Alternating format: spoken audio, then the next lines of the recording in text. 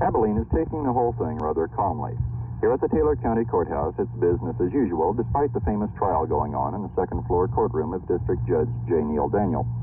Over at Thornton's department store across the street, customers don't even glance over here when they go in and out. There's the customary rusted, stained iron bench in the courthouse yard, but nobody's sitting on it. There aren't even any spectators in the courtroom except for reporters. In fact, the most activity around the courthouse is on the first floor, where the county clerk's office is doing a really great business in the license plate trade, and over in the square where workers are putting the finishing touches on the new courthouse. It's supposed to be ready sometime in April, leading to speculation that the trial just might be moved over into the new building before it's through. I talked with one of the landscape workers this morning about the Mutscher Shannon McGinty trial, which has gotten statewide attention. The worker asked me what was going on over in the courthouse. Phil Reynolds, Channel 8 News on the Move in Abilene.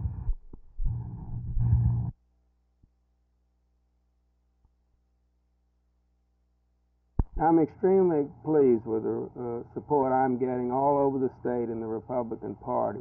Ever since I've entered this race, I've been on the telephone touching base with the many people that I've met as a result of 20 years of service and a building of the Republican Party. And it's most gratifying, and I frankly think I'll win the primary. There are a lot of people who said that the Republicans blew their best chance 2 years ago. Do you feel like you're, at this point, a token candidate, possibly? I'm anything but a token candidate. I don't get into anything that I don't expect to win. And no token candidate's going to win this race, I'll tell you that.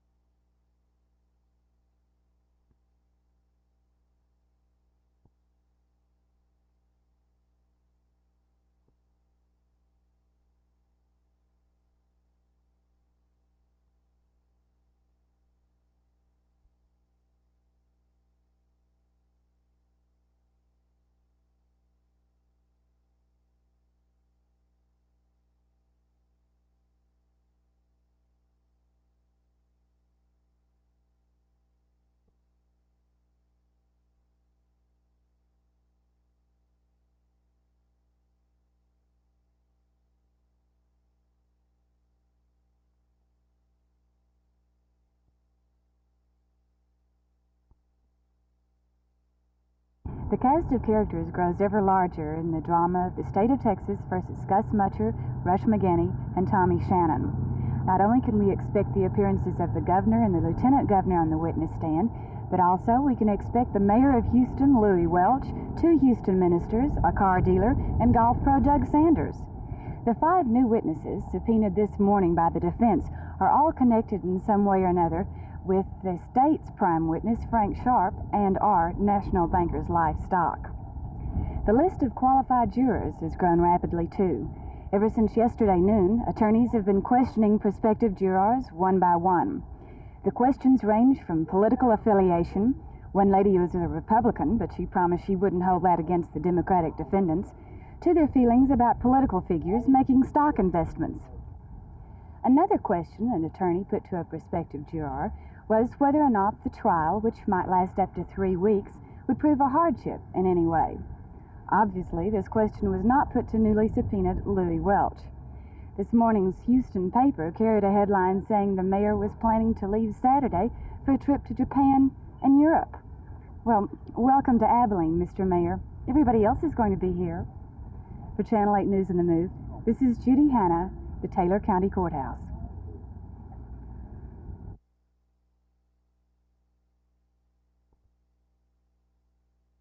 Channel 8 News has learned that John McKee has been ordered to appear for the first time in Judge John Meade's courtroom on March 20th.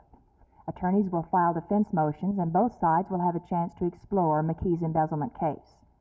At that time, a trial date will be set, and sources within the district attorney's office say McKee's trial could start 30 to 60 days after that first preliminary hearing on the 20th. That means the former Crime Commission president could go on trial as early as April 19th. As you already know, he's accused of embezzling more than $6,000 from Scottish Rite President Lee Lockwood of Waco during the time that McKee served as head of the Dallas Scottish Rite. Earlier this month, McKee was unmasked as a 1929 Navy deserter named James Kell Zullinger.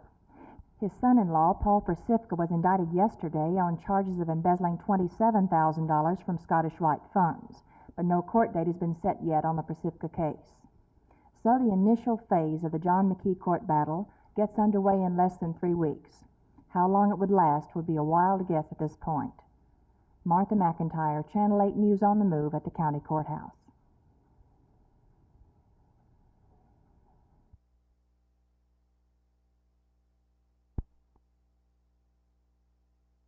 I don't think that marijuana, according to all of the reports that have come to us yet, is something that has to continue to be a criminal thing, because there have been no hard research that indicates harmful medical effects.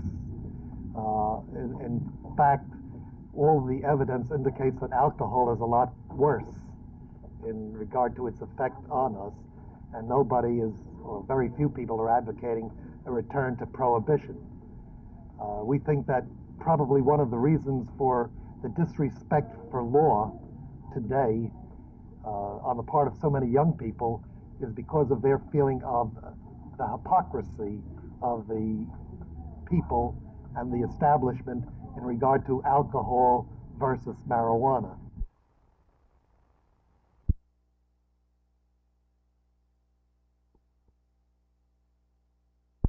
What are the alternatives, do you feel, that are open to the committee? Well, there are several alternatives which together might present an effective alternative to the plan that's been presented for a zoo fee so far. For example, we have every indication that we'll have some cooperation from the county, particularly Commissioner Dick Anderson.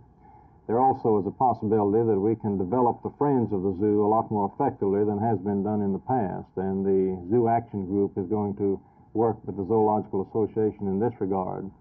And then, of course, there's a possibility that there could be a much reduced gate fee, which would not be just what has been presented so far, but would be a possible alternative to that.